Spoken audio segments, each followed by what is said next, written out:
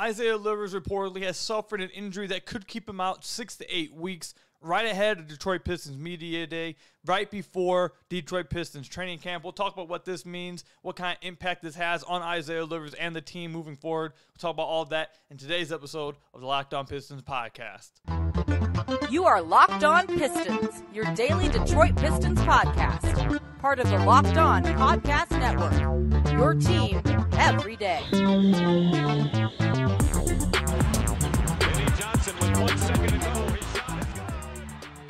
What's the deal? Welcome back to another episode of the Locked On Pistons podcast. Per usual, I'm your host, Kuka Hill. You can find me over on Twitter at Kuka Hill. I want to thank you guys for making Locked On Pistons your first listen of every single day. We are free and available on all your podcast platforms. And if you haven't already, head to the YouTube channel at Locked On Pistons. Hit that subscribe button or leave us a 5-star review on whatever podcast platform you're listening to this on. And that's another great way to support the podcast. I almost froze up right there. If you guys haven't already, this last episode, before this one, we recorded with Laz Jackson, an editor at Detroit Bad Boys. We talked about Bojan Bogdanovic's season preview. And then at the end of the podcast, we'll talk about some possible names on some big contracts that we could see the Pistons potentially trading for down the line. It was a fun episode. I suggest if you guys haven't seen it, go check it out. But sadly, we got to talk about some disappointing news here. According to Sean Murphy of the From the Half Court podcast, also formerly of Woodward Sports, he tweeted out, what exact date was it? The 29th. I'm recording this. This is a late night episode. It was an emergency episode. So you guys are getting a free one on the weekend here. But Sean tweeted out on the 29th that, quote, sources, Pistons forward Isaiah Livers, who has dealt with injury issues, could miss up to 6 to 8 weeks, would be a tough blow for a young talent looking to find a spot in the rotation. So Sean reported, by the time you guys listen to this, last night, hopefully, or possibly 2 days ago by the time you guys listen to this. But yeah, recently the Isaiah Livers had suffered an injury that would keep him out 6 to 8 weeks, but we didn't know what the exact injury was. I can confirm, I had heard that he had gotten hurt last week, but I did not know the seriousness of the injury. I didn't know if it was, anything serious, if it was nothing at all, if it was just like a little knick-knack, it is what it is. And I didn't know what it was that he got hurt. But I did hear last week that he did suffer some type of injury. I am now hearing that it's some kind of ankle injury that he's dealing with. So if the reports are true, that it's some kind of ankle injury and it's going to keep him out 6 to 8 weeks, that's just really tough, man. This was going to be, and we'll talk about this a little bit more later. Later on, we'll talk about what this opens up if Livers is indeed out 6 to 8 weeks. And then we'll talk about Livers' future with the Pistons, if this impacts that. But I don't really want to mention any of that right now. I kind of just want to go at it from the point of, this just really sucks for Isaiah Livers, man. I'm really hoping that it just isn't true, or that he's not out 6 to 8 weeks. They only be selling he's out for a little bit. I'm hoping that this is all not true. But it's just tough. It's tough to see for Livers. This is a guy who I've been a big fan of for the Pistons, being an impact player for them. But it's also a dude who has been in the NBA now for 2 years and has played 71 NBA games. He played 19 games his rookie year because he was dealing with an injury coming out of college and then got hurt at the beginning of the year. And then this past season only played 52 games. So another player that was drafted in the 2021 draft class, Cade Cunningham's another one, obviously, that hasn't even played a full NBA season through 2 years in the NBA. Hasn't played 82 games of an NBA season. So for him to have this kind of setback already before training camp even starts, it's extremely unfortunate, and I feel bad for him. I mean, I really do. He's an incredibly hard worker. I've talked with his trainer, Michael Lancaster. I know he's been working really hard this offseason, trying to add some stuff to his game, really sharpen his game up. Dude's an incredibly hard worker. And when he's on the court, you guys know how big of a fan I have been of his game and how he could help the Pistons. He's one of the only players on the team that you could legit call a 3-and-D player. He's a guy who knows where to be on defense. He plays good defense, good team defense, active on the boards, talks on defense, which I've talked about this many times on the podcast, but the Pistons not having people who are very vocal on defense really hurts them. And Livers is one of the only ones who is vocal on defense because he knows where he's supposed to be and others are supposed to be, and he communicates really well. And he's a sneaky athlete, too, on the defensive side as well. So overall, just a fine, good defender at his position. And then on the offensive end of the floor, a nice shooter, a guy who's going to spot up, hit open threes, and he's not going to try to do things he can't do. And he's going to make the extra pass when it's there, make the right pass when it's there. And if a shot's not there and an extra pass to an open shooter isn't there, he's going to keep the offense flowing, probably, drop off a pass to the block, kick out a pass to the top of the key, and cut. This is a guy who plays the right way, knows how to play the game. Is not holding onto the ball, stopping the flow of the offense. Just a really fine, smart NBA basketball player. And a guy that I believe if he could just have a healthy season where he's a part of a rotation, playing 20-plus minutes, and can just have a healthy stretch of games, he show how valuable he is. But thus far, he has just not been healthy. He wasn't healthy over at Michigan before the NBA. He dealt with injuries there. He's dealt with injuries in the NBA. And again, it's just really tough. I'm hoping that this is not true. I'm hoping that he's not out 6 to 8 weeks. I'm hoping he's able to come back sooner. But again, I had heard last week that he did suffer some kind of injury. I didn't know if it was serious or not. Didn't know what it was. But Sean confirmed that it was indeed an injury that he believes, that he's been told will be out 6 to 8 weeks. And I can confirm that I have heard that it has some kind of ankle injury. And it's just tough, man. It's just tough for him. I feel bad for him, for real. I feel really bad for him. And there's a bunch of different avenues you can take with this, but that's the first area I wanted to start off with. Is that I hope he gets back healthy. I'm hoping that he recovers pretty quickly, because the Pistons need Isaiah Livers. I think, I legit believe that the Pistons need Isaiah Livers because he's one of the, like I said earlier in the podcast, he's one of the only players that provides a 3-and-D type of play, and they need that desperately, especially for a team that is surrounding themselves or trying to surround Kate Cunningham with the right players. 3-and-D players are the type of players they need. And it's just tough. I feel bad for him. I hope he recovers quickly. We'll wait for the official report from the Pistons, one of the beat writers or someone, to find out what exactly, if it is going to be 6 to 8 weeks. So I guess we can wait for that. But this is just tough news, man. Tough news. But when we come back, we'll talk about what this injury will open up for the Detroit Pistons rotation, what we could be looking at, and then later on, again, like I said, I want to talk about Isaiah Livers' future with the Pistons a little bit too. So stay tuned for all of that. But first, I've got to tell you guys about one of our sponsors, DoorDash. Love the convenience of getting what you want right to your door? With DoorDash grocery delivery, you can stock up for the week or order last-minute cravings conveniently. You've trusted DoorDash to deliver your restaurant favorites, and now you can get grocery delivery that actually delivers too. With thousands of grocery stores to choose from, you'll find the best in your neighborhood and boost your local economy with each and every order. You'll get exactly what you order. We'll make it right. So sit back and enjoy quality groceries, and just like you picked them yourselves. Want even more value? You can save up on all your grocery and restaurant favorites with a $0 delivery fee on all eligible orders with a Dash Pass membership. With easy substitutions right in the app and best-in-class customer service, DoorDash delivers groceries exactly how you want it. Get 50% off your first DoorDash order up to $20 value when you use code LOCKEDONNBA at checkout. Limited time offer. Terms apply. That's $50 or 50% off, up to $20, no minimum subtotal, and $0 delivery fees on your first order when you download the DoorDash app in the App Store and enter code LOCKEDONNBA. Don't forget, that's LOCKEDONNBA for 50% off your first order with DoorDash. So I want to thank you guys again for making Locked On Pistons your first listen of every single day. We're free and available on your podcast platforms. If you haven't already, head to the YouTube channel at Locked On Pistons.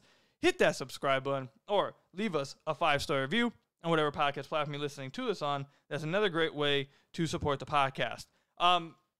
So if Isaiah Livers is indeed out 6 to 8 weeks, that's around 2 months. So that would take you right up to December. I'm not going to say he'll be back. If the time frame is correct in what Sean reported, 6 weeks, 6 to 8 weeks, I'm not going to go and just assume he'll be back in 6 weeks. Usually, you'll go with the longer term, the longer end of it. So I'm going to go with the 8 weeks. Now you're going to lead them right up to around December. And at the beginning of December, the Pistons play the Cavs on the 2nd. And then they have a long break until they play the Pacers on the 11th. So he could come back in that little area right there. I believe actually this is this little area right here. This is the in-season tournament time frame. That's why they have so long off. So he could recover and come back in that little time frame. Actually could help the Pistons potentially in that area. So just want to give you guys a time frame where that's actually looking. But if Livers is indeed out 6 to 8 weeks, what does this open up for the Detroit Pistons in their rotation? Well, it depends what the Pistons were planning on doing with their rotation and how Livers fit into it in the first place. So let's just assume, and we don't even know what the starting lineup is going to be yet, but let's just assume that the starting lineup is going to be Cade, Ivy, Bojan, Stu, and Duren, which is what many people expect it to be. I was going to assume that then the backup lineup would be like Monty, Alec Burks, Isaiah Livers, Asar Thompson, and James Wiseman. Or it could be Isaiah Livers at the 4 and Asar Thompson at the 3. Those two guys were going to be the 3 and 4. That's what I believed.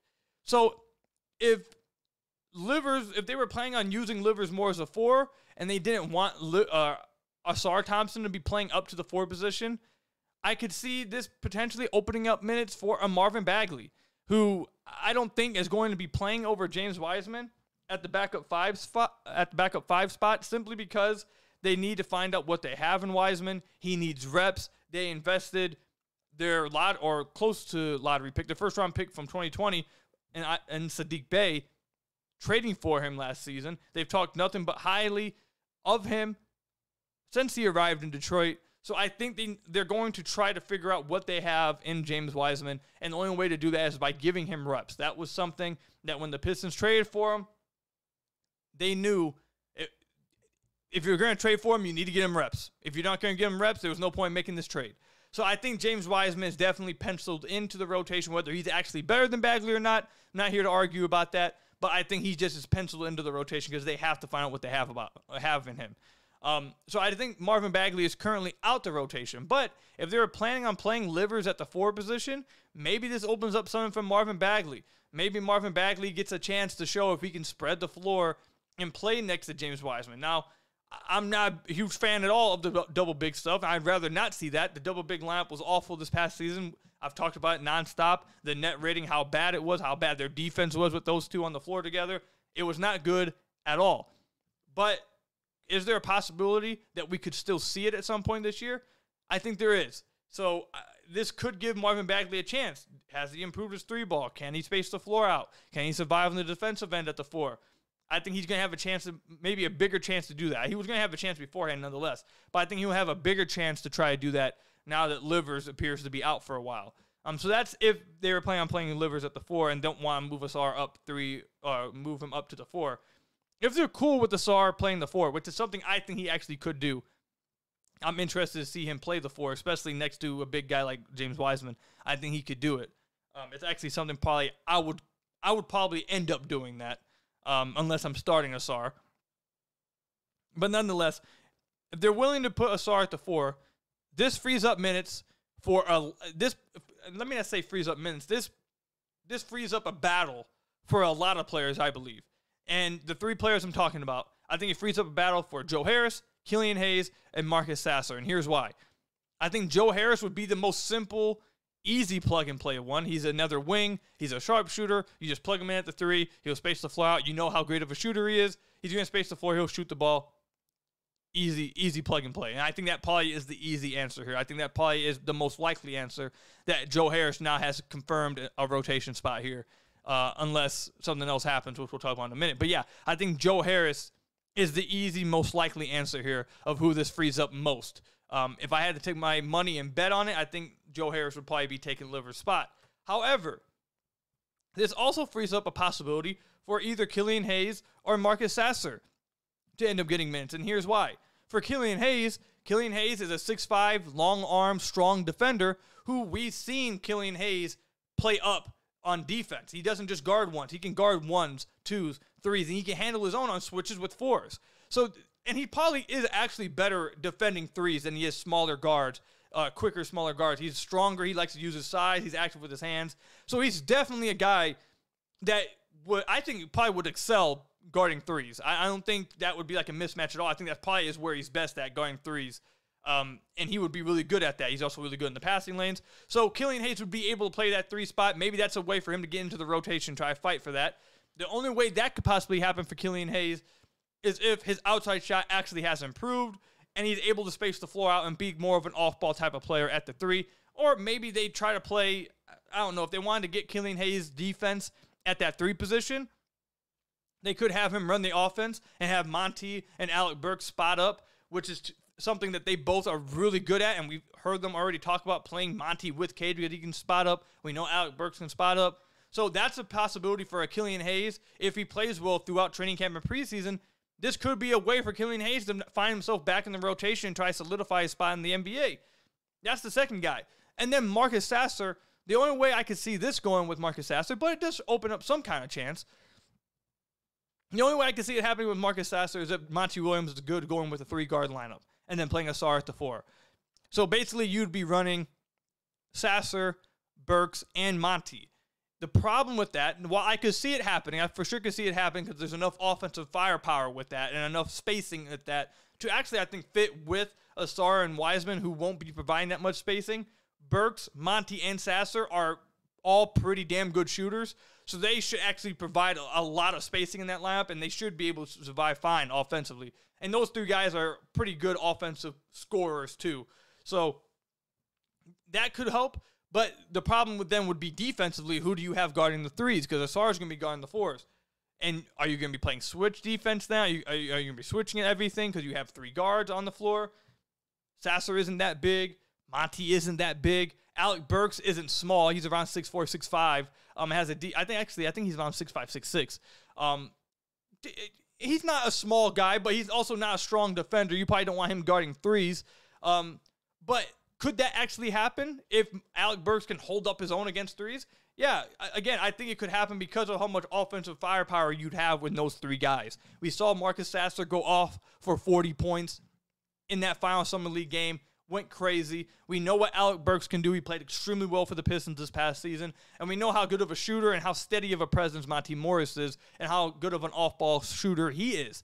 So I could see it opening up stuff for all 3 of those guys. I think the easy, most likely answer would be Joe Harris if Livers is indeed going to be out 6 to 8 weeks.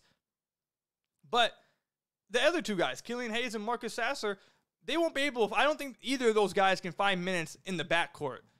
But could they find minutes potentially at the 3, or could Sasser find his way playing guard with Alec Burks moving up and eating some of those minutes at the 3?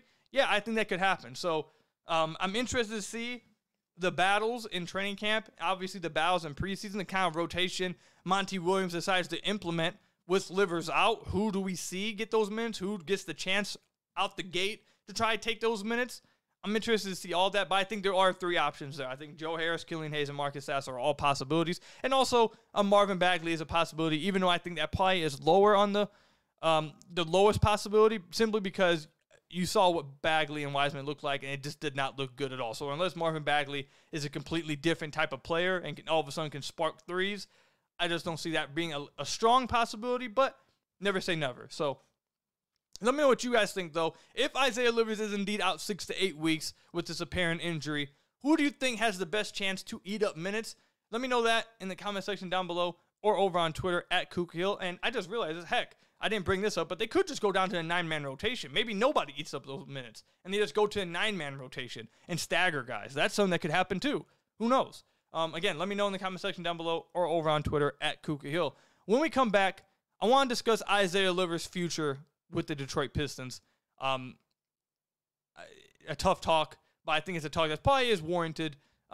So stay tuned for that. But first, you guys got to hear from some of our lovely sponsors. So I want to thank you guys again for making Locked On Pistons your first listen of every single day. We're free and available on all your podcast platforms. If you haven't already, head to the YouTube channel at Locked On Pistons. Hit that subscribe button or leave us a 5-star review on whatever podcast platform you're listening to this on. That's another great way to support the podcast. Isaiah Livers is a player I like very much. You guys know this. I'm a fan of his game. I think he impacts winning. I think he is a winning player. I think he's a winning role player. I think he's the perfect type of role player any winning team would like. A guy who is simply a 3-and-D guy, knows how to play, knows where to be, and plays the right way. I'm a big fan of his. I think he can impact winning a ton, whether it's for the Pistons or another team. I think that you're still going to see that. I don't think if he is out 6 to 8 weeks, it just ends his career. I don't think that's the case at all. I'm still very high in his future as a key role player on whatever team he's on. A contender, a rebuilding team, a team in the middle. Like, I think he can play on any team because of his play style. However, I don't think I'd be fair if I wasn't bringing up whether or not he's going to have a future with the Pistons. Again, I don't think this, if he's out 6 to 8 weeks, is ending his season with the Pistons. It's not that I don't think he'll ever play again or the Pistons are just going to cut him or something. I don't think that's the case. But he's in the third year of his contract. He's getting paid $1.8 million this year. Next year, he'll be a restricted free agent. Through 2 years, like we talked about at the beginning of the episode, through 2 years, he played 19 games first season and 52 games his second year. He has yet to play 82 games, and now, if he's out till December, that's 20-plus games he's going to miss at least. At least 20-plus games. So that's going to go back down to at least 62 games. And then it's not likely that, based off his injury history, that he'd even play the rest of the 62. So I'm going to assume that you're probably looking at another 50-game season if they were to give him a rotation spot when he comes back, which is that in and of itself isn't even guaranteed. So while I'm very high on Isaiah Livers, and I like him a lot, the Pistons are probably going to have to make a decision on him soon. And these injuries, while, again, this is not his fault. Guys can't control injuries. It's not like I'm blaming him.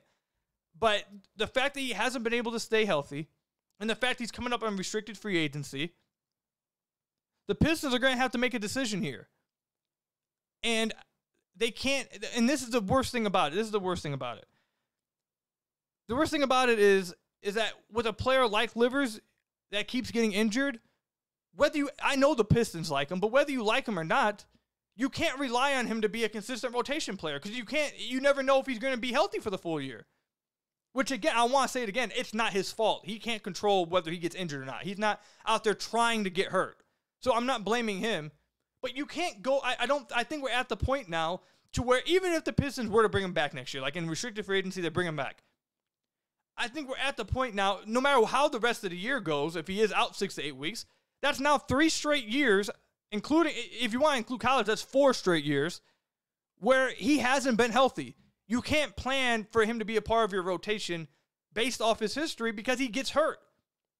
So it's just tough. At some point, the Pistons are probably, I wouldn't be shocked if the Pistons are currently thinking, again, not thinking getting rid of him or they don't like him anymore, but I'm sure it's in their minds that we're going to have to make a decision on this dude. Like, we can't rely on him to be a consistent rotation player. Like, through no fault of his own, but we can't rely on that. He gets hurt too often. And you probably don't want that guy being relied upon for a rotation spot. So then also, would you want to waste a roster spot on him?